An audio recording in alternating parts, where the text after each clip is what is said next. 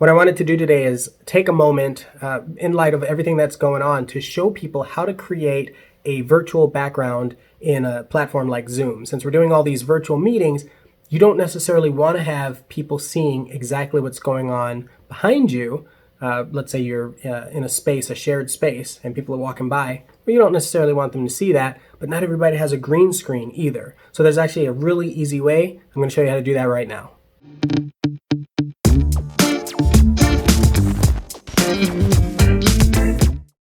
So this is what it looks like. If you notice, I have my icons, hard to see my fingers, I have my icons up at the top and my / saying you can follow me at ianofAustin anywhere online, and all the different icons that you can follow me at. And there's nothing in the background. So it's not perfect. As you see, as I move a little bit, you kind of see the distortion of what would normally be in the background. But for all intents and purposes, it's still a lot better than let's say your room's messy or your office has some art and you don't want to show anybody what's going on. Then you can do this and it'll pretty much cut it off, and with no green screen. So that's the trick here. You don't have a green screen. So the first thing you do is you have to create the background. In order to do that, you go to an app like Canva. Let me show you.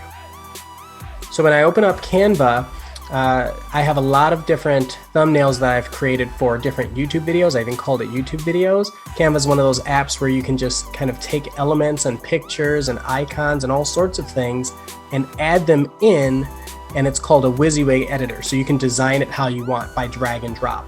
And so the first thing is resize. You choose a resolution that will fit. So normally 1280 by 720 is a regular HD. It's really small, but you hear people saying 1080p, 4K, all that. So you can resize the image. Whatever that image is, then you go in and you start creating it.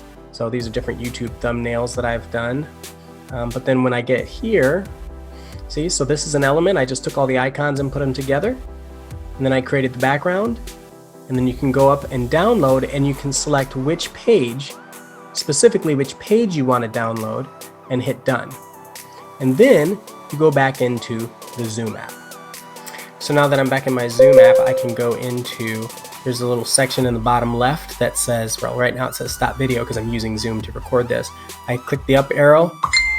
Notice the little snap camera. That's awesome. So you can use Snapchat filters in your camera on your desktop. We'll get to that later. That's a whole other thing. But go into video settings. And you see there's an option for choose virtual background. You may or may not have that. I have the paid version. It's not very expensive. It's like $12 a month, US dollars if you're in America. But just in case, I'm going to click on video settings. So video settings, and then virtual background. And now I can select different backgrounds. So if I have nothing, this is what room I'm in right now. So you can see like everything behind me. You can also see this filter. God, this filter is crazy.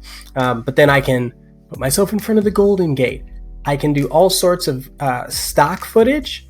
And it's still a little distorted, but it's a lot better than having something behind me in case I didn't want to share what was going on in the background. But then I can also click the add image. And that's how I was able to get this image. Or I can add video. Now there's some parameters to video, like it can't be too large and all that sort of thing, but it's really, really neat that you can do that. The other thing that's really cool is if you have a green screen, you can check that, and it actually makes things work much better if you're using a green screen. When you're not, it still looks really distorted. So I hope that helps out, gives you kind of a sense of how to just create a simple virtual background. It's really easy. But if you want to learn more about Zoom, stay and watch the rest of the video. The next one after will be how to use Zoom, like basics and advanced. Now go out there and have some good meetings virtually. Stay safe. Stay home.